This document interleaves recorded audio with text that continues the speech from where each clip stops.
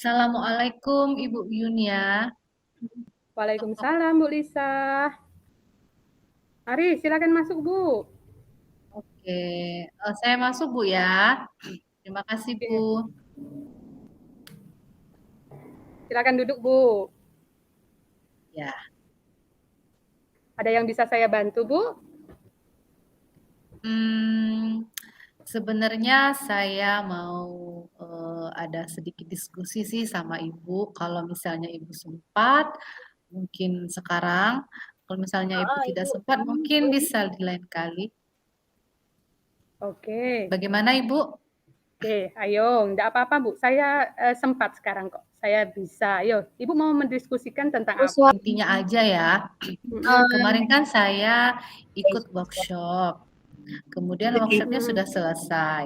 Jadi sebenarnya yang mau saya diskusikan ini ada hasil workshopnya Ibu. Gimana menurut Alhamdulillah udah Ibu? selesai ya Bu ya. Iya.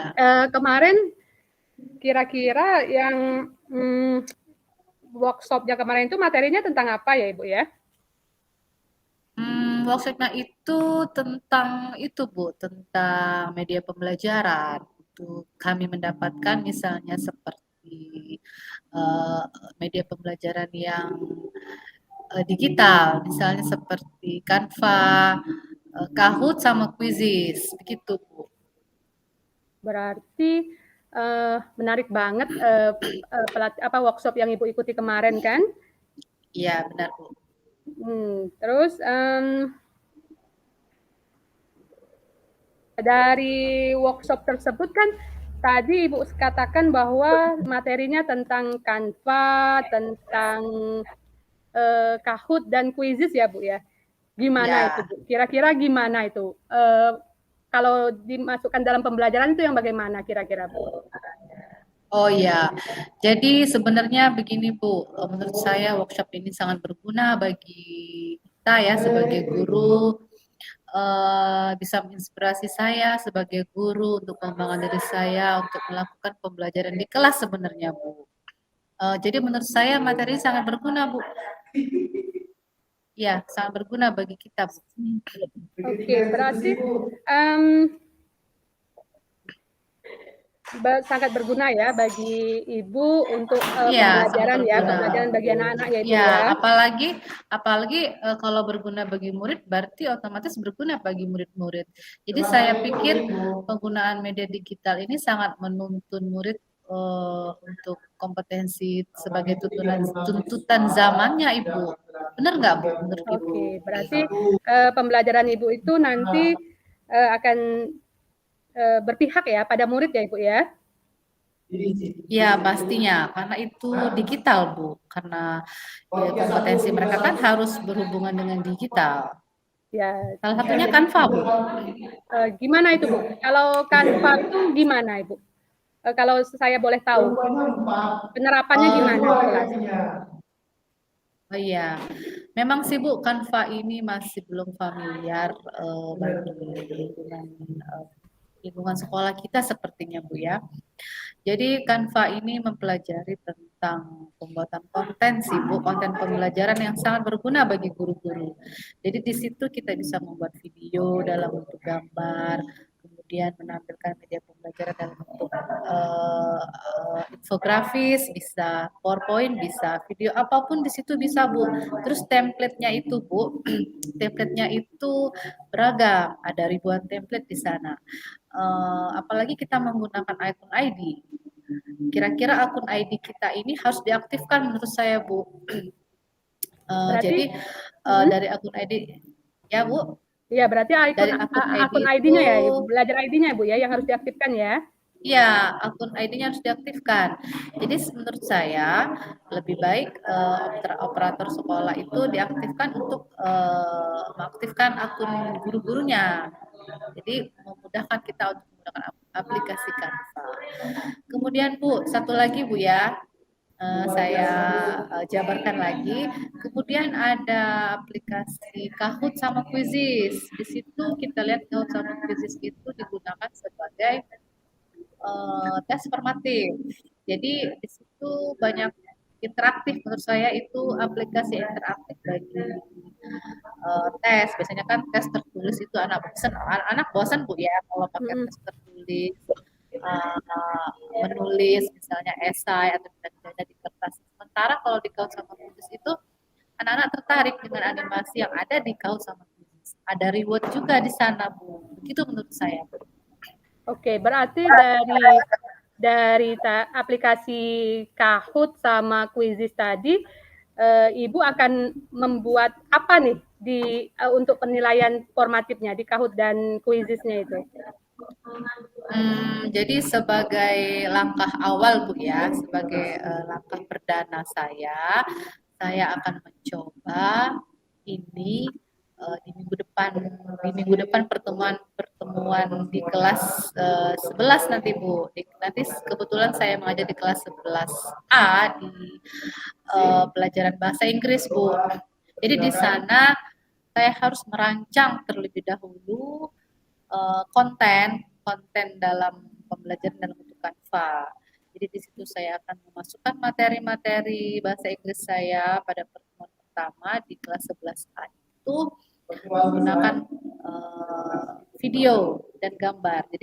Jadi saya mulai terinspirasi kalau buat konten sendiri bisa memenuhi pembelajaran siswa yang berdiferensiasi menurut saya. Mungkin saya bisa memberikan mereka video, ada yang memberikan mereka gambar misalnya, atau infografis sesuai dengan kesukaan mereka. Bagaimana sih menurut Ibu? Oke, berarti yang Ibu sampaikan tadi pembelajaran berdiferensiasi berdasarkan gaya belajar murid ya Ibu ya. Ada yang visual, ada yang visual, auditori dengan kinestetik ya Ibu ya. Iya, saya hubungkan dengan media pembelajaran tadi Bu, Canva. Media Canva tadi ya Bu ya. Terus saya mau tanya ini Bu, untuk tes formatifnya tadi Ibu menggunakan Kahoot dan Quizizz. Iya. Nanti gimana Bu? Soalnya Ibu buat di situ, terus pelaksanaannya gimana Bu untuk tes formatifnya? Iya, kalau tes formatif ya sama seperti tes yang lain sih Bu, cuma ini menggunakan media pembelajaran. Jadi setiap kami melakukan pembelajaran, setelah itu saya menyiapkan seperti post test lah Bu, post test untuk dalam bentuk tes digital lah Bu, tes yang di dalam aplikasi. Jadi dengan begitu anak-anak saya harapkan anak tertarik. Tapi cuma Bu, sepertinya saya ada hambatan loh Bu dengan menggunakan media pembelajaran ini. Apa yang menjadi kira-kira yang menjadi hambatan bagi Ibu dalam menerapkan aplikasi-aplikasi ini dari hasil workshop Ibu tadi yang menjadi hambatan untuk dilaksanakan di kelas nantinya? Oh gini Bu, saya sedikit curhat Bu ya, nggak apa-apa Bu ya. Ini masalahnya sebenarnya tentang aset sih Bu, tentang aset sekolah. Jadi saya temukan ada beberapa infokus di sekolah kita itu yang hanya 2 dan yang ada pun sudah mulai rusak Bu. Jadi kami sebagai guru itu sebenarnya mulai kebingungan kalau mau pakai media pembelajaran. Kemudian satu lagi Bu, anak-anak ini kan lagi dilarang bawa HP.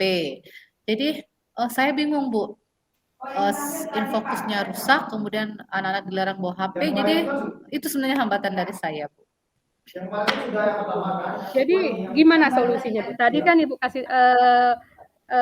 kasih tahu ke saya bahwa infokus di sekolah kita hanya ada 2, terus dalam kondisi satunya udah mulai rusak, terus juga tadi anak sekarang dilarang untuk membawa HP. Nah, gimana Bu solusinya agar Ibu bisa menerapkan pembelajaran ini nanti di kelas?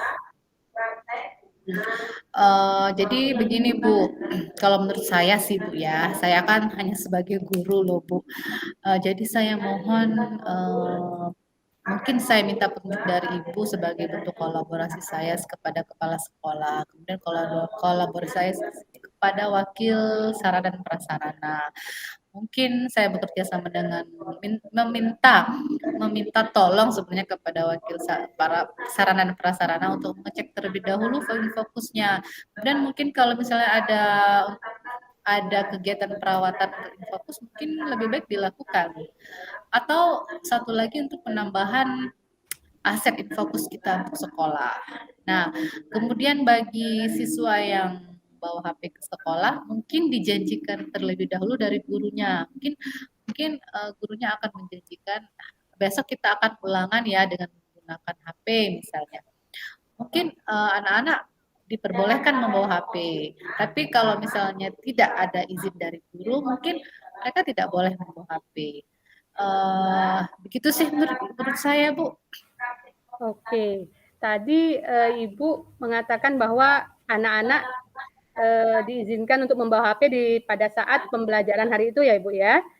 Iya. Tapi kan ini nanti Ibu pembelajarannya di jam terakhir, Ibu. Gimana itu mengkondisikan HP anak-anak itu agar anak-anak kita itu tidak bermain HP pada pelajaran lain, Bu? Mungkin Ibu ya, anak-anak mungkin pada pelajaran yang lain mungkin dilarang untuk menggunakan HP. Waktu pelajaran saya, mereka diizinkan untuk membawa HP. Jadi dikhawatirkan nanti kalau misalnya HP-nya dibuat main terus atau main game, misalnya takut baterainya HP-nya habis gitu. Jadi dikondisikan mungkin HP-nya harus full baterai, nggak usah dimainkan di sekolah dengan tujuan menertibkan mereka sampai ujian untuk kahut atau kuisnya berlangsung gitu. Oke, berarti juga nanti Ibu bisa minta bantuan dengan rekan-rekan kita yang lain juga ya? Ya, saya setuju, Bu. Mungkin saya minta bantuan kepada guru piket misalnya untuk menitipkan HP misalnya atau wali kelasnya masing-masing gitu. Oke. Cuma saya pikir itu agak rawan, Bu ya. Oke. Ya, mungkin bisa dipikirkan sama wali. Berarti harus itu ya, Bu ya, kolaborasi antara Ibu dengan rekan-rekan yang lain harus benar-benar ditingkatkan ya, harus benar-benar fokus kepada HP, takut kita nanti terjadi hal-hal yang tidak diinginkan ya, Bu ya. Iya, benar, Bu. Oke. Saya mau tanya nih, Bu, kira-kira pembelajaran ini kan tadi Ibu katakan ke saya bahwa akan dilaksanakan minggu depan, mulai minggu depan pelaksanaannya. Terus apakah akan berhenti, Bu, di situ saja? Udah minggu depan dilaksanakan, berhenti atau gimana, Bu? Kalau Ibu berkenan, kalau Ibu Kepala Sekolah berkenan, saya mohon untuk saya bisa mendiseminasikan hasil workshop saya ini kepada guru-guru yang lain. Jadi bukan hanya berhenti di saya saja, Bu. Jadi saya juga bisa mentransfer ilmu kepada guru-guru yang lain. Jadi saya untuk selanjutnya mungkin saya meminta kayak seperti undangan sebagai bentuk diseminasi saya tadi dalam bentuk kayak rapat koordinasi, Bu ya. Mungkin dalam bentuk pengembangan diri, mungkin bisa kita lakukan pada saat IHT, mungkin pada awal tahun ajaran baru, begitu menurut saya. Oke. Baik, bagus sekali ya semangat Ibu Lisa Sumartini ya dalam menerapkan atau menindaklanjuti hasil dari workshop yang telah Ibu lakukan minggu tadi. Nah, saya berharap Ibu Lisa tetap semangat untuk menerapkan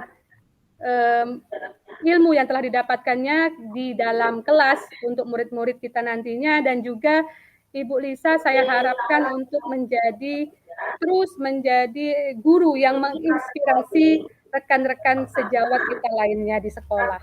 Terima kasih, Bu. Iya. Terima kasih Ibu. Saya akan berusaha seperti yang Ibu bilang, saya harus terus berusaha menjadi teladan bagi murid-murid saya dan selalu berkolaborasi dengan rekan-rekan sejawat saya. Iya. Dan insya Allah nanti pihak sekolah akan terus mendukung Ibu untuk membagi ilmunya ke rekan-rekan guru yang ada di sekolah. Tetap semangat ya Ibu Ya, ya. baik. Ya, terima kasih Ibu. Sama-sama. Assalamualaikum Ibu. Saya permisi karena saya ada jam mengajar.